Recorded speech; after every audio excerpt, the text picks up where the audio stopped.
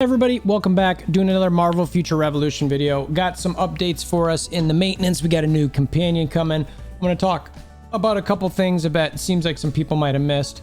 Hopefully you can follow along with the channel to avoid missing these type of things. I know some of my friends and fellow alliance mates and stuff try to do the best they can. You're certainly going to miss stuff. So if you want to get that Discord link in the description below, it's probably the easiest way to follow along with content. I do have one channel that I sort of tag everyone in, and if you don't mute that one, it's the easiest way to follow along with. I won't have anything other than that. If you want to help support the channel, hammer down like buttons, click notification bells, all that sort of thing. Let's jump into this thing.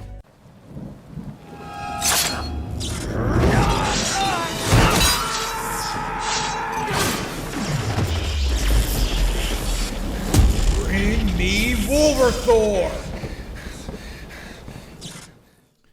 Okay, so we got maintenance. By the time this video comes out, it'll have been last night, and some of you will already have been testing this maintenance, or what's coming. It's a minor maintenance. I don't expect much in this. There's not much in this. I think next week we will be getting, or in the next couple weeks, we will be getting a bigger, more detailed, maybe a dev note 12, whatever number we're on, to give us some ideas and updates. And we're going to talk about a little bit of that after this. I'll get into that some. But again, tonight for a couple hours. Typically, these only last like 2 hours and 20 minutes. So if you're doing any overnight farming or anything like that, you're going to run out, or your character is going to fill up. So, or more than, or they're not going to fill up. They're going to stop farming at some point because you're going to be booted. So when you wake up in the morning or whatever, you're going to already be off game. So anyway, unless you want to set an alarm, which honestly, that's a little bit too much. Don't take things that seriously. So we get a little compensation reward, a lucky box. Yay us. All right. So the biggest thing they've got in here is a new special companion. You know, one of the things, and before I jump into this one, it's Loki, that I've been hearing some folks talk about is they really need to come out with some new regular companions. Part of this is I was talking to some alliance mates about this. And it is, I mean, so we're going to open up my screen here, and let's hide the website. Basically, like, we're getting a lot of special companions lately, which is fine. I don't think it's a big deal. Like, I didn't get Kate Bishop. I mean, I think she's a 3-star maybe. I don't remember, but we'll look at it here. So we've got, we're just looking at companions. All right. So we've got all these specials, right? Yeah. So I haven't even unlocked Baron Mordo or Kate Bishop yet. So we're getting these out, and so some people talk about, well, you've got to, get the recent companions. I was like, nah, that's not necessarily true. I feel like America Chavez was sort of a must-get. Daredevil, I felt like was a must-get. Ghost Rider, no. Cersei and Icarus, and Vision, when those all came out, it was like they were just, everybody was trying to get them, so it was whatever. Wong is really nice to have, but not a must-have. Fury came out at the beginning. Punisher, when he came out, same thing. It was kind of like, whatever. Yondu was an early one. Spider-Man, when he came out, he's great for Spider-Man to get those cocoons. Hulk was an absolute, like, he and America Chavez are probably arguably the ones that have come out that were, you got to get them. The rest of them, they're decent. Thor, whatever. I mean, he works for certain builds. War Machine was an early one. Mordo works with certain folks. Kate Bishop's really nice for Dimension Duel. I faced a couple people today with her, and it didn't seem, I won both. It could have been a power situation, but I didn't feel her presence as much.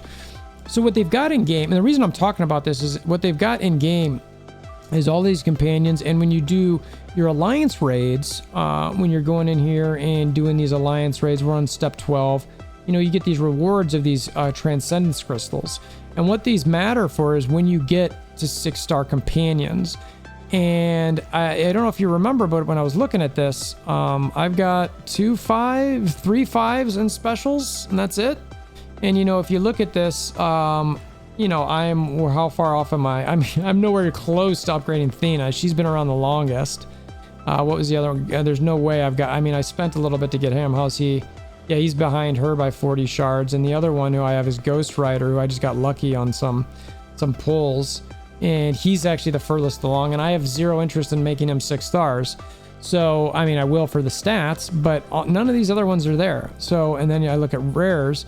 Now, Ultron was kind of there. Kasim, yeah, you get a little bit more XP gain if you're trying to level, etc. But they need to, in my opinion, because of those Transcendence Crystal. Well, before I go here. So we are doing alliance raids, And in these alliance raids, we were talking about this, and it was like, we're making all these efforts to get this. It's nice to get first in the alliance to get the power boost, and to get some additional companion shards. And these transcendent crystals matter too, but we're like, only, and we're in a top tier alliance in Omega Flight, but not everybody in our alliance needs these, because there's so few of us in the alliance who even have a 6-star companion that most of us are just doing it to help those doing it, meaning the alliance raid. We're only doing those to help to get further for the ones for our more whale type, or folks who were lucky enough to get a 6-star companion. So it's kind of like, well, you want to incentivize people more to care about that transcend crystals, and you've got to start pumping out some rare companions that are actually, one, decent to equip and reasonably obtainable. Because I get why you wouldn't want to release maybe a special one that's easy to 6-star, but maybe you release a rare one that's got a really good use. Ultron's a perfect example. The barrier is nice, people still use him, and you want to get a transcend crystal on him. Would I use him on Ultron? I don't know, maybe not. But for anybody who's closer to a free to play, or gosh, I mean, I'm not a free to play, and I'm nowhere near this. So it's clearly missing the mark on some other players as well. I look at my commons; those are much closer to 6, but even these guys are, okay, it's about halfway there. You know what I mean? Or a little over half. So I just think that there's some thought that needs to be put into some of these new companions. So anyway, let's get back to the Loki companion here. That was my major tangent for this. Is give players more companions, maybe at a rare mark, that are usable and that they'll care about to get to 6 stars to use their transcend crystals on, if they choose to do so. All right, so Loki cast a spell in an area around a target to confuse enemies. I like that, depending how big the area is. Make sure you're on his good side, or make enemies tremble for your haha. So let's see. Oh wait, no, I read the wrong part. So within a certain range, Loki then drops a meteor on the target to deal damage and applies burn. So the meteor part will depend if it tracks and how long it takes to land, because if he takes a long time to bring that thing down and someone can just leave that spot, nobody's gonna care. Nobody's gonna care. Bonus effect 1, status effect accuracy, cool. Bonus effect 2, attack, nice, okay. I'm not going to equip for those things necessarily. A collection stat, chill damage decrease. This was really interesting to me. I was kind of like, is this the first elemental damage decrease out there? Are they going to start having these decreases? Like, what's going to happen if they come out with a flame damage decrease and those Star-Lords out there have, like they're built around that? Now, are you going to build a stat around flame damage decrease because you're going to run into a flame Star-Lord every so often? No, probably not. It's just going to help you resist a little bit. So I'm very interested to see how these sort of stats, start coming into the game, and, really what they're going to do. Like because I don't know, I could see that being frustrating to some, but at the same time, it's not that much of a, thing to really, I don't think a Star-Lord's game is going to be ruined by that. Then they have a whole litany of fixes in here. The ones that I really saw in here is that the Alliance raid boss HP intermittently recovering. I don't know if that was during the fight or if it was after the fight. I know at some point there were some where people would be in there, and then afterwards it would all be at the HP would be full, or they'd be in the fight and it would go back to full after a certain bar. That's the sort of thing that I think that they're trying to fix there, which makes sense. I hope they send some compensation, frankly, out for that, for those affected, or just the entire community, frankly. They've got the Alliance raid not progressing, some text issues for Alliance member names, issue where Alliance raid party history receives Alliance achievements have their Alliance raid points not reflected normally. Okay. An issue, skills intermittently do not activate even after tapping the skills. That's a problem. An issue where skill casting and damages are not applied properly in Dimension Duel. I'd love to know what that is about, because like if I'm certainly not getting some damage that I should be, that's going to be really sort of frustrating. But they're fixing it. Issue where 3-star and above Cape Bishop companion has been recruited, but the Omega season pass wasn't working properly. Let's see, they've also got completing objectives, expand inventory pop-up. You know, nothing sort of super crazy there. Squad power stats and stats does not intermittently display properly. In-game chat. And some agents who move to a place without Dormammu upon reconnecting in the Blitz is going to be fixed. And then there's a Mephisto Blitz banner that had some issues with the capital letters, which is kind of like, okay, these aren't anything like or groundbreaking or anything. So this part that I want to talk about, I mentioned earlier on in the video, events. So some events are ending.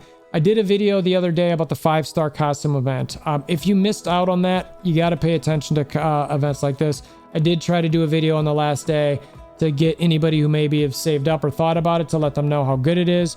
It was a fantastic event. I got a bunch, and you'll see some videos in the coming future about some of my gear. I am now leaning into Rise of the East. You can see I've got a full 6-star Rise of the East set.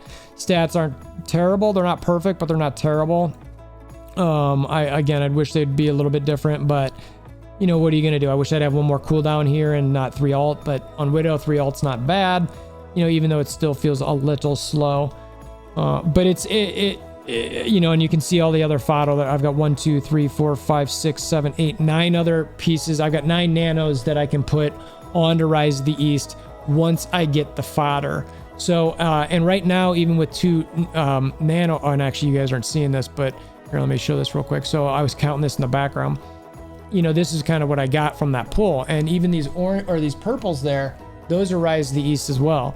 So I was pretty happy with that. You can kind of see, and that was my Midgardia gear where you could see I had what, 7, 8, 9 nanos, and this 2 nanoed set is already feeling about the same.